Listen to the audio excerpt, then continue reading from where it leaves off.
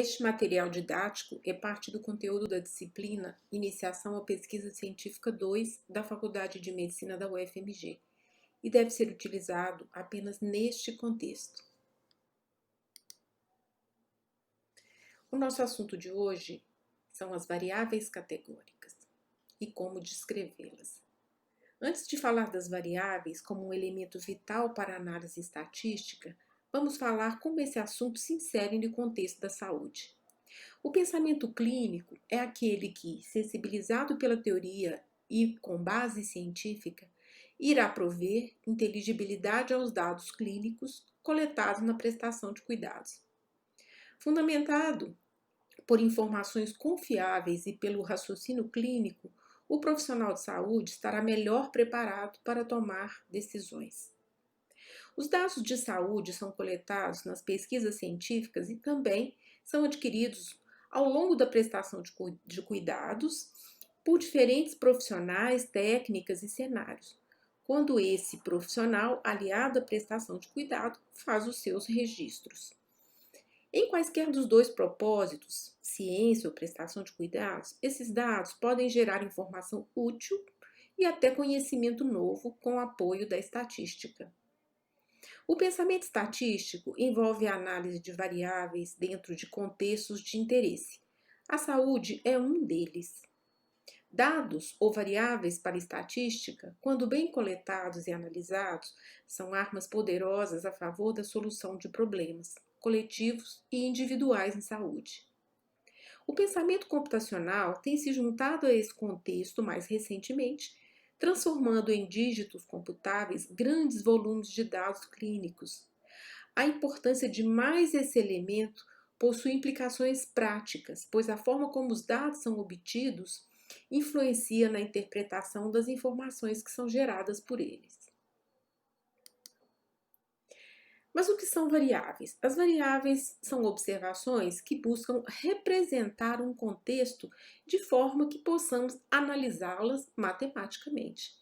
Por exemplo, a idade de um paciente, o sexo, o valor da glicemia de jejum, a intensidade da dor leve, moderada, intensa, o estado de saúde, grave, não grave, o histórico de doenças como hipertensão, presente, ausente, diabetes, presente, ausente. Em estatística, esse conjunto de dados, esses dados que são coletados, eles podem ser classificados basicamente em dois tipos, os numéricos e os não numéricos ou categóricos. O tema de hoje é sobre essas variáveis não numéricas ou categóricas e como podemos resumi-las com a estatística descritiva. As variáveis categóricas são aquelas que foram coletadas de forma a expressar atributos, nomes ou rótulos. Por exemplo, o sexo, a cor da pele, a profissão. Elas se dividem em nominais e ordinais. São ordinais quando seus níveis de mensuração indicam uma ordem, por exemplo, grau de ansiedade, leve, moderado, intensa. E são nominais quando as categorias não possuem a lógica da ordem, por exemplo, sexo, masculino ou feminino.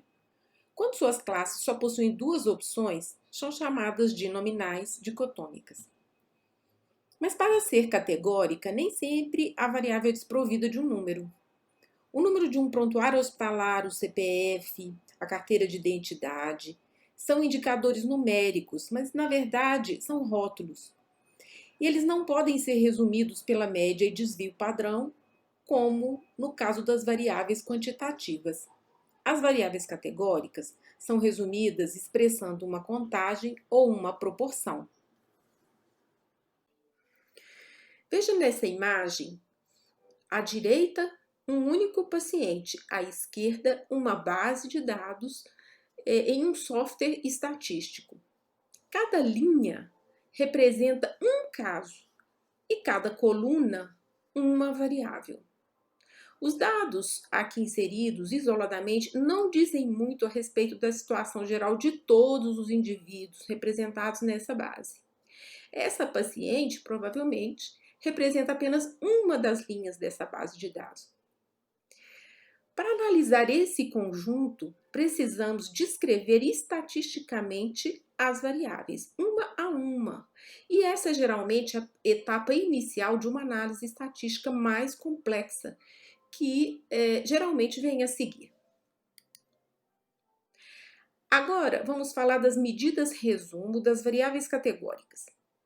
Na estatística descritiva, estamos interessados apenas em descrever, mas não um caso, todo um conjunto de variáveis.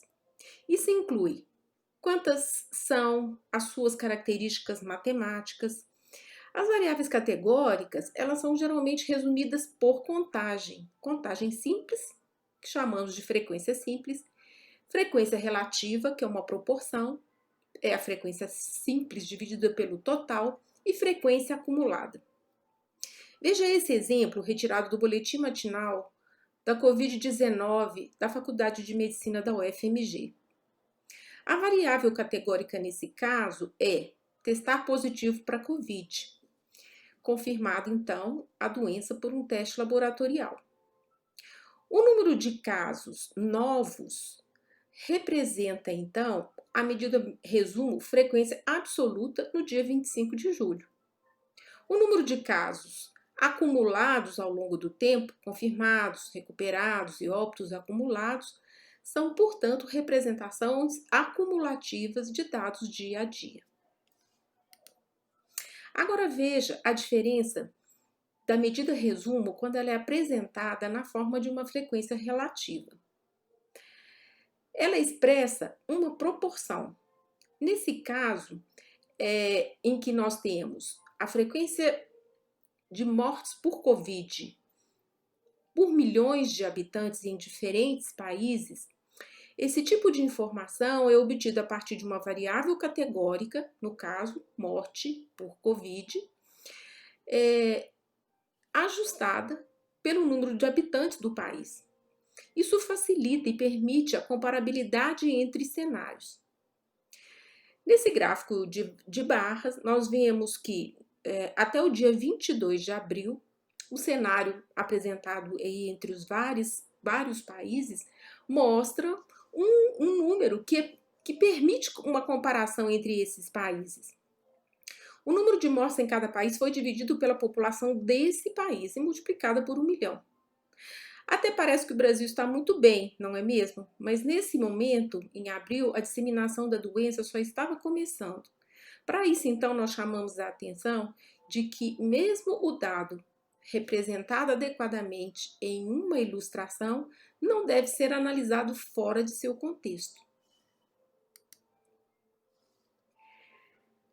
Agora, vemos nessa ilustração que a variável categórica óbito por Covid-19 em Minas Gerais até o dia 24 de julho foi apresentada de duas maneiras, como frequência absoluta e como frequência relativa dentro das classes da categoria sexo masculino e feminino.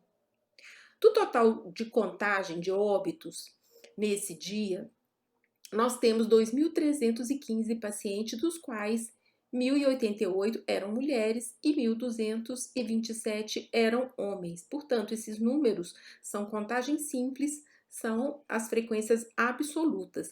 E a representação no gráfico, 47% e 53%, são as frequências relativas.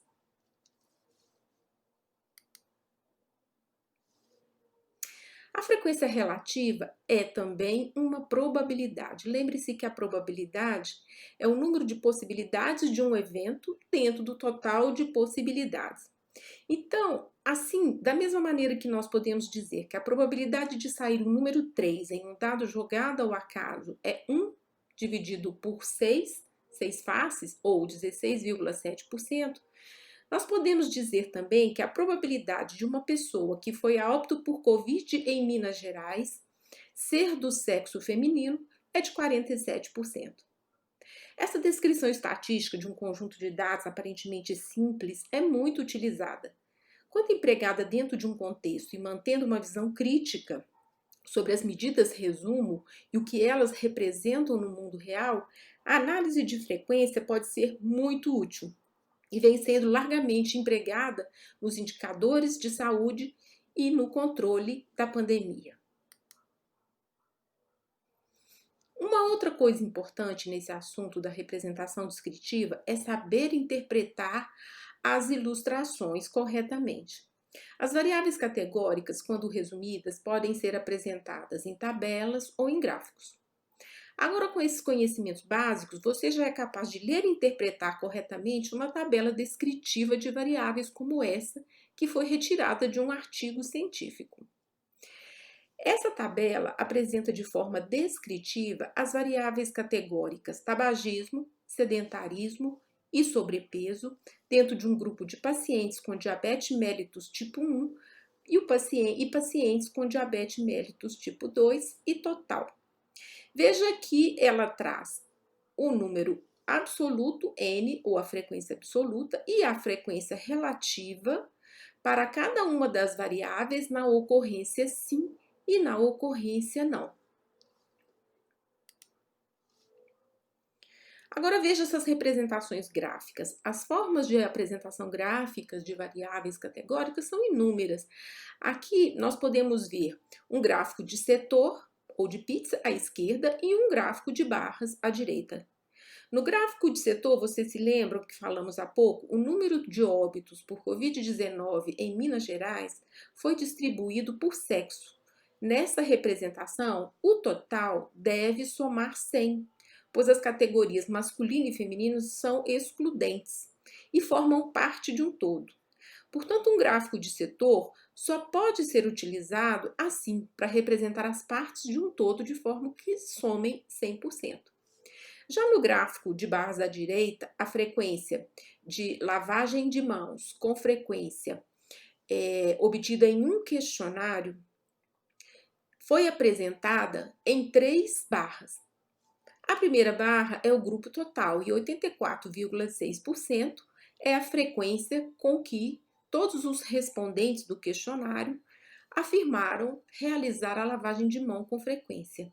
A segunda barra são os homens e a frequência com que eles afirmaram estar cumprindo essa medida protetiva, 80,2%, e a última barra ou terceira é a frequência com que as mulheres responderam positivamente essa pergunta. Portanto, não necessariamente essas 3 barras vão somar 100%, como no gráfico de setor.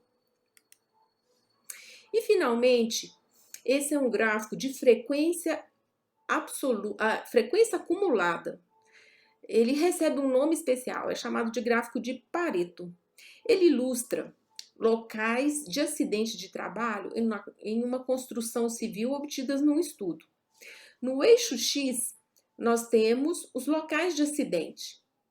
No eixo Y, à esquerda, nós temos a frequência absoluta, o número de vezes que ocorreu em cada um desses locais, e na direita, a frequência relativa. A linha que se forma no alto é a frequência acumulada.